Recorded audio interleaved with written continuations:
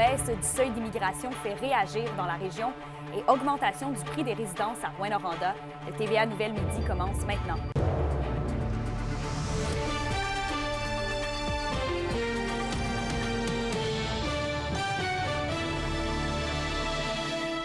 Bon vendredi, merci de vous joindre à nous.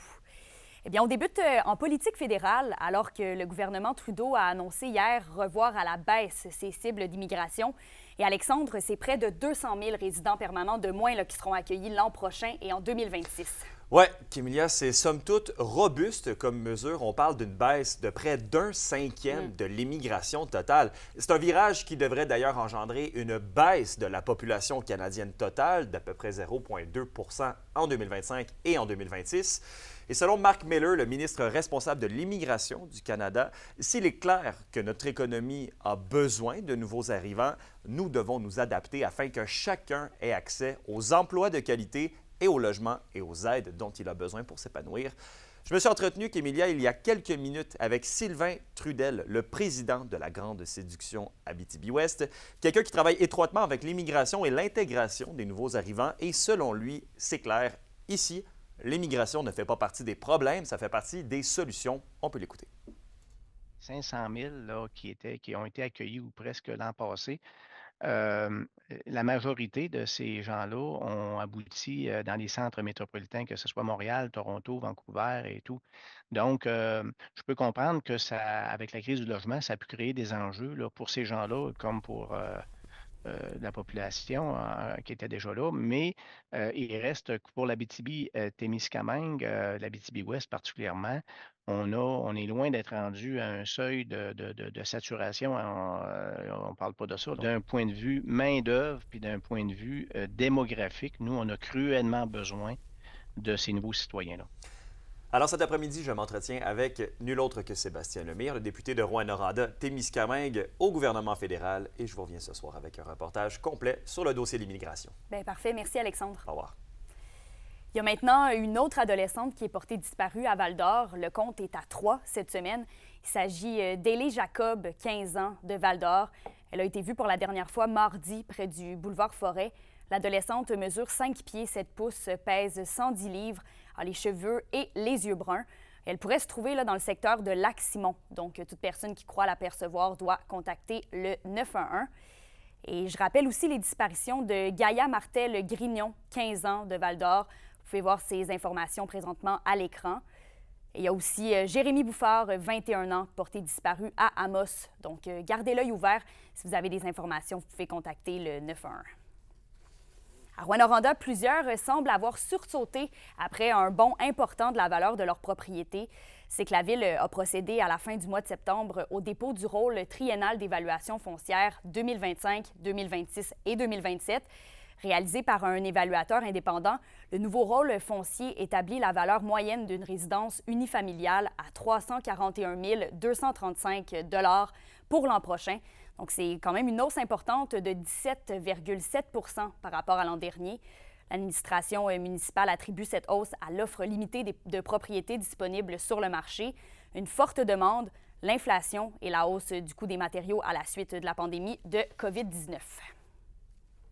La question du jour TVA, une présentation de Mobilier Bélan qui vous offre depuis plus de 50 ans un service de qualité et un grand choix de matelas mobilier électro au prix compétitif que vous recherchez. À la question du jour, on vous demande, avez-vous remarqué une augmentation de la valeur de votre résidence? Pour voter et commenter, rendez-vous au tvaabitibi.ca.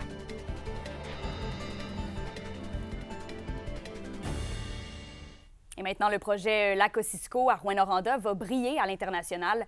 C'est qu'une délégation de l'Abitibi-Témiscamingue se rend à la COP16 du côté de la Colombie pour présenter le projet de revitalisation du lac.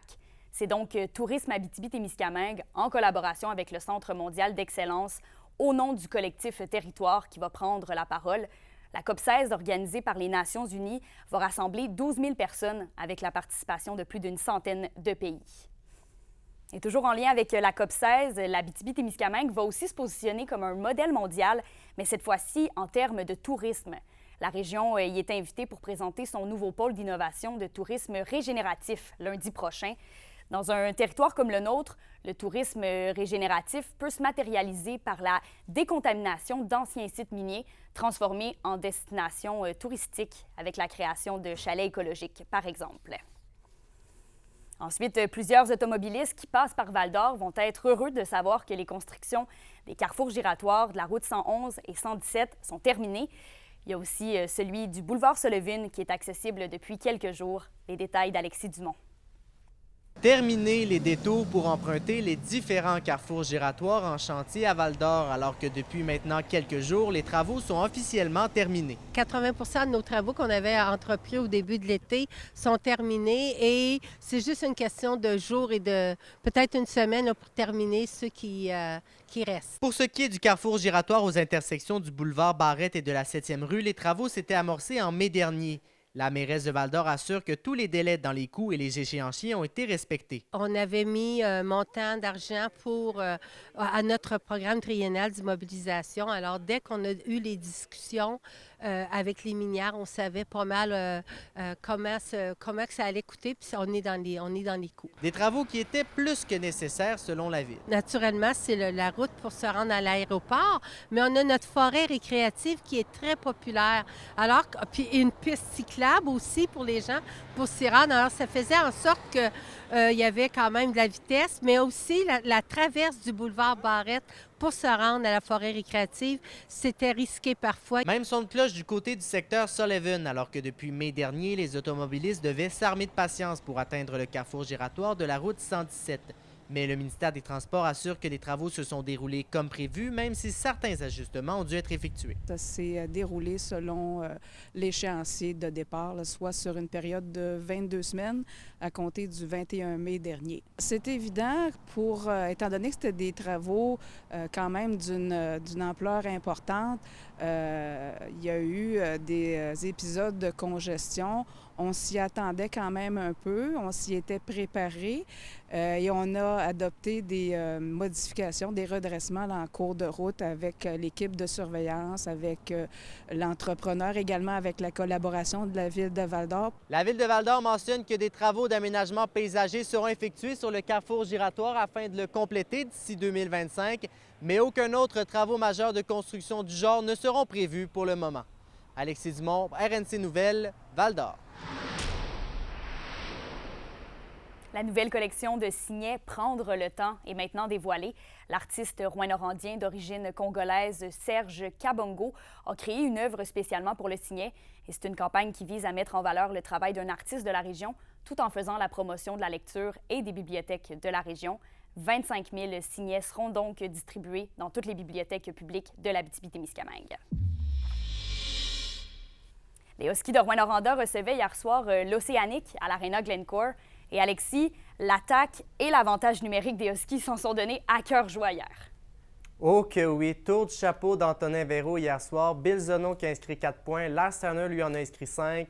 4 buts pour l'avantage numérique qui ont fait complètement paraître mal à la défensive de l'Océanique qui a écopé de 9 pénalités et une victoire de 6-2 pour compléter. Si on regarde le match dans l'ensemble, Kémilia, les 2 premières périodes de la rencontre ont été relativement serrées. 3-2 pour les Huskies, 16-15 au niveau du chapitre des tirs. C'est vraiment en troisième où tout s'est gâté pour l'Océanique. Ils ont écopé de 6 pénalités mineures juste en troisième période. Les Huskies qui ont complètement contrôlé cette période-là, 17 tirs au but, 3 buts en avantage numérique et ils ont complètement sorti le gardien de but de l'Océanique, Samuel Saint-Hilaire, de ses moyens.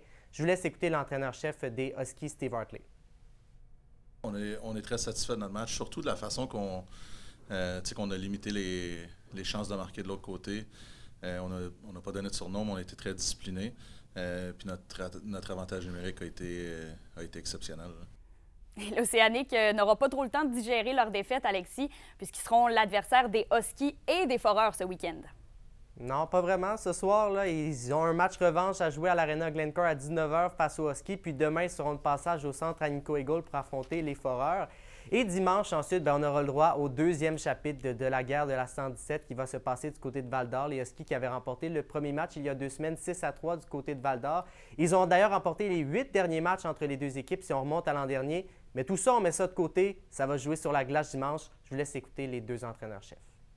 À toutes les fois qu'on joue contre les Foreurs, c'est peu importe, on dirait, où est-ce que les équipes se situent au classement, c'est toujours des matchs serré. Il y a un engouement avec les partisans, la rivalité des deux équipes. Puis, comme j'ai dit, peu importe où ce que les clubs se situent, c'est toujours des bons matchs, puis on va devoir être prêt pour ce match-là. On l'a vu le dernier match, c'est un excellent match qu'on a donné contre les Huskies la dernière fois ici.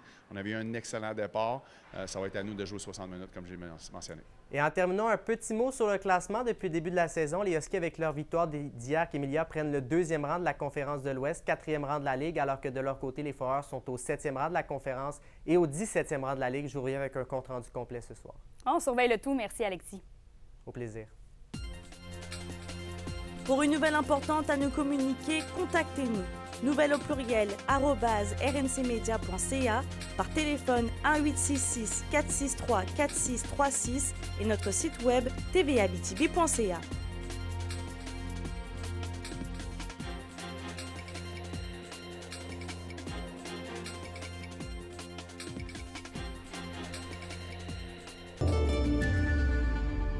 À la météo aujourd'hui, on a un vendredi pluvieux sur tout le territoire. En Abitibi, il fera un maximum de 9 degrés et ce sera exactement le même scénario pour le Témiscamingue. Ensuite, pour ce soir et cette nuit, en Abitibi, les averses devraient cesser tard ce soir et ce sera nuageux par la suite avec 40 % de probabilité d'averses, de pluie ou de neige, minimum 0. Et même chose pour le Témiscamingue, mais avec un minimum de plus 2 degrés. Heureusement, le soleil devrait se pointer le bout du nez au courant de la fin de semaine. En terminant, une action de visibilité est prévue devant les bureaux du député d'Abitibi-Est, Pierre Dufour, aujourd'hui. C'est en lien avec les coupes en francisation. Donc, des représentants du syndicat régional de l'enseignement vont rencontrer l'élu. On vous revient avec tous les détails ce soir au bulletin de 18h. D'ici là, passez une belle journée.